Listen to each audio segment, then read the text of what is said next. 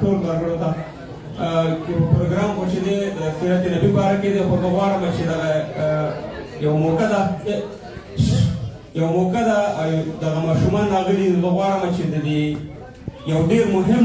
موږ او تاسو ته یو مسله مخه ده چې هغه دا ده چې دلته په انګلستان کې یا په خارج کې پلار مور د بچیانو سره کومه ژبه کوي آیا دا په خپله ژبه غږېږي که په بله ژبه ورسره غږېږي نو زه غواړم چې یو 15 منټه 10 منټه په دې باندې خبره وکړم حالانکې دا 15 منټه بخښنه غواړم دا موضوع د دغه باره کې نه ده خو بیا هم دغه وخت نه به استفاده وکړو اول دا دی چې دغه ژبې چې څومره دي دا الله پیدا کړي دا د الله ژبې دي که پښتو ده که دري ده انګلیش دی که هره ژبې دي موږ ټولو ته احترام لرو په دې کې دا څوک چې دی دا سړی د اسلام نه وباسي خو زموږ او ستاسې ملي ژبې چې دي هغه دوه ژبې دي پښتو ده او دري ده ګورې زه دغه ماشومان ته چې دغه ماشومانو سره تاسو دلته په انګلیش خبرې کوئ دا بله ورځ وطن ته لاړ شي دا ستاسې مور سره یا ستاسې خویندو سره یا ستاسې فامیل سره چې د دې خپله ژبه یې زده نه وي پښتو دري دا به په کومه ژبه هلته خبرې کوي او زه دلته ډېر د بده مرغه ډېر داسې خلک ینم پوه خلک ینم چې خپلو بچیانو سره انګلیش وایي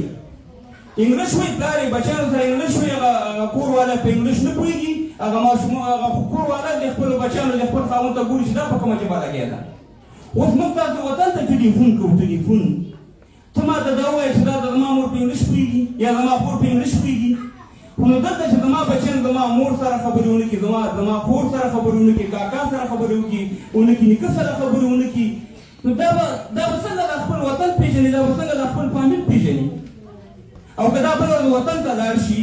وطن ته زما لور لاړ شي زما زوی لاړ شي دا هلته سې مهربانه لاړ شي نو دا به هلته ګونګی نه شي که بیا به ورته ترجمان لیکو ګوره دا ډېره مهمه خبره ده انګلیش هم زده کوو اسلام زموږ بلکل اولید دی خو ژبه چې ده دا ډېر ضرور ده او کوم قومونو چې ژبه یې راکړې ده هغه قومونه بلکل ورک شوي زمیان دلته دي ګورې دلته د دې انډینو نه یې زده کړي د دې پاکستانیانو نه یې زده کړي چې درې نسل دي چې بیخي بچیان یې دلته شوي د هغې بچیان شوي بیا په هندي ژبه خبره کوي په اردو خبره کوي په پنجابي خبره کوي